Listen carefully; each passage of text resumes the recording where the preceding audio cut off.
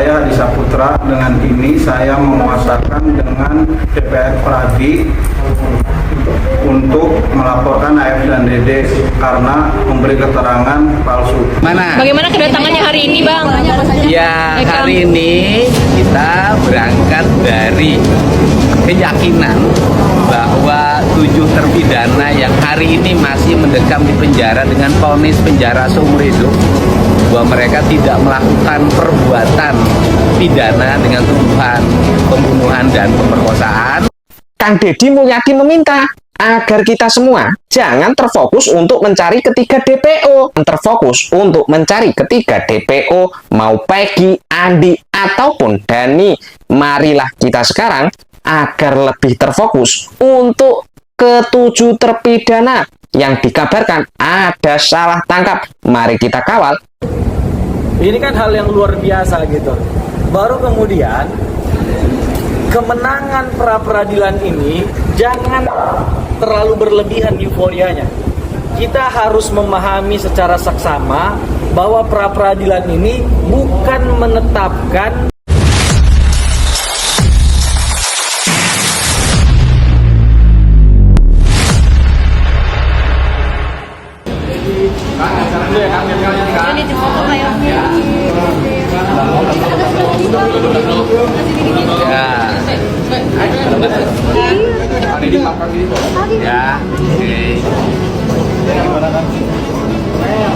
Ya, gimana? Bagaimana kedatangannya hari ini, Bang?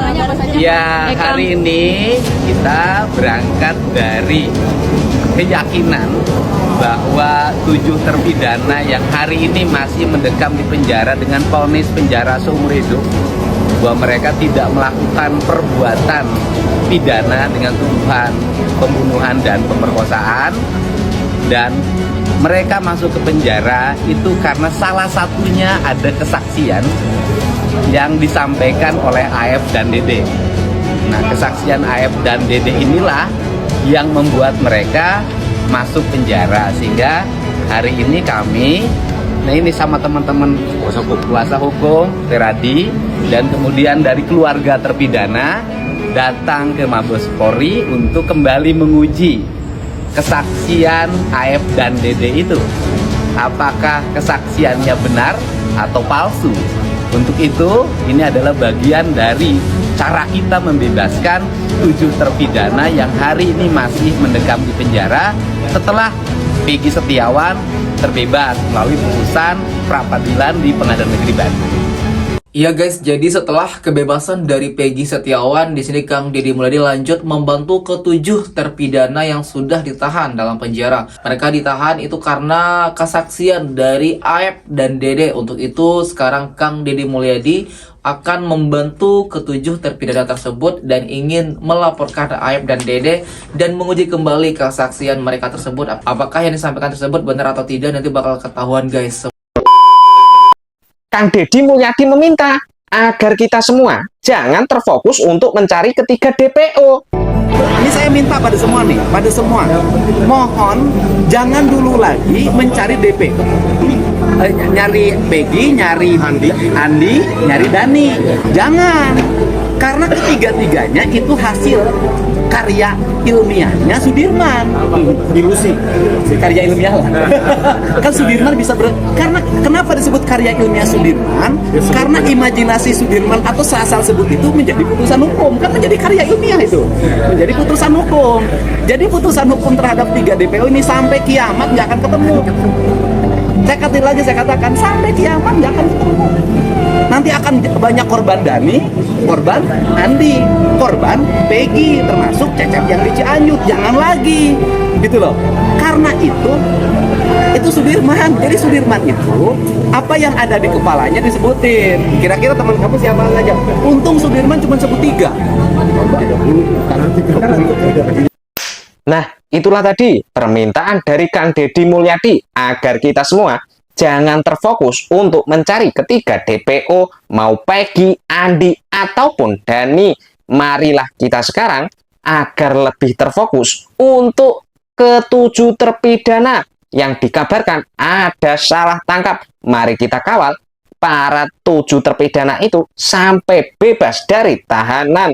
mau DPO-nya itu siapapun, biarlah kita hiraukan, kita tidak usah pedulikan DPO itu, karena nanti kalau kita suruh-suruh untuk mencari DPO sama Pak Polisi, dikhawatirkan nanti ada korban lagi. Kita tidak mau itu. Kalau ada yang mau mencari, biarlah dari pihak sono loh, yang menginginkan keadilan itu ya.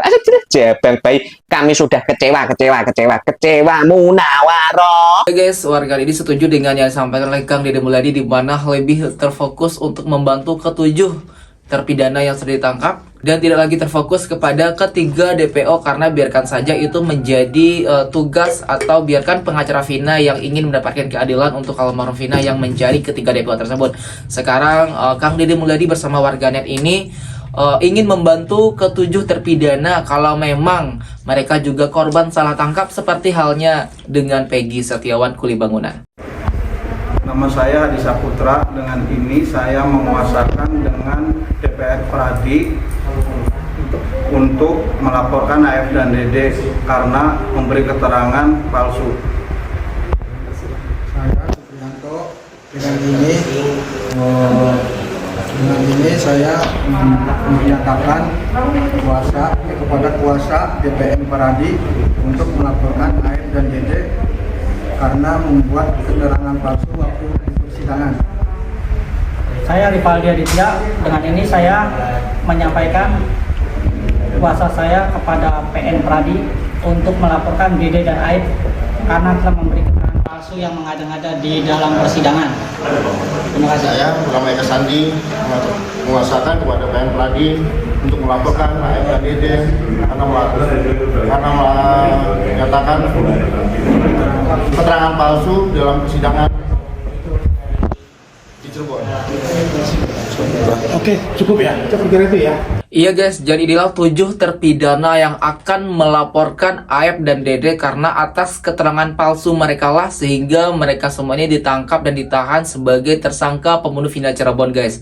Dan di sini dibantu juga oleh Kang Deddy Mulyadi, semoga bisa mengungkap kasus ini dan kebohongan-kebohongan dari saksi Aib dan Dede yang mungkin juga dia itu ikut terlibat atau disuruh oleh orang-orang yang mungkin tidak bertanggung jawab.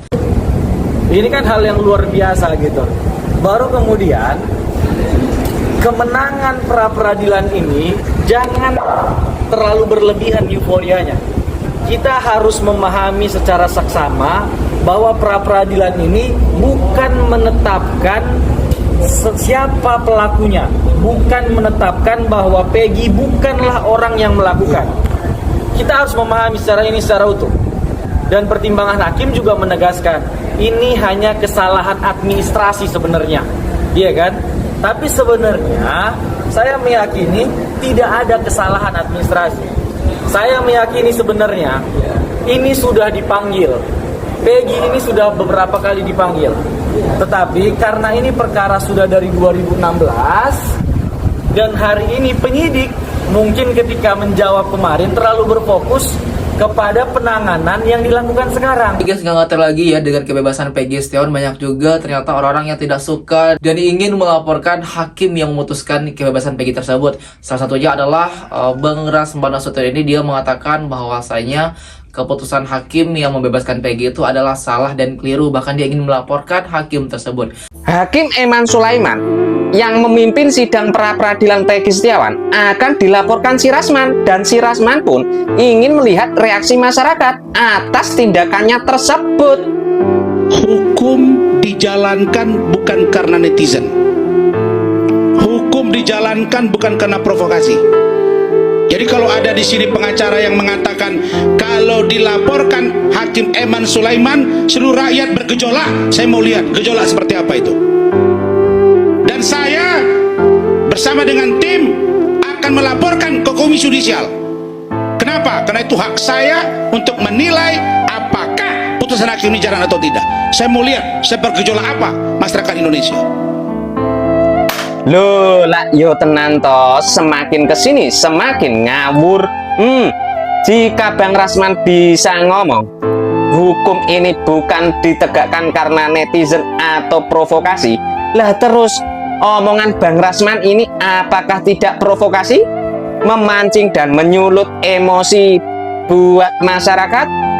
Jika Bang Rasman ingin melaporkan Pak Hakim Eman Sulaiman, ya toh, laporkan juga hakim yang sudah memutus 7 terpidana sampai mendapat hukuman seumur hidup. 2 hakim ini ya, itu dalam persidangan para saksi yang dijadikan keterangannya oleh Pak polisi itu nggak dihadirkan dalam persidangan. Kenapa kok bisa-bisanya 2 hakim ini memutus dan memvonis 7 terpidana hukuman seumur hidup? Ini yang harus dilaporkan, bukan Pak Hakim Eman Sulaiman. Piye to iki?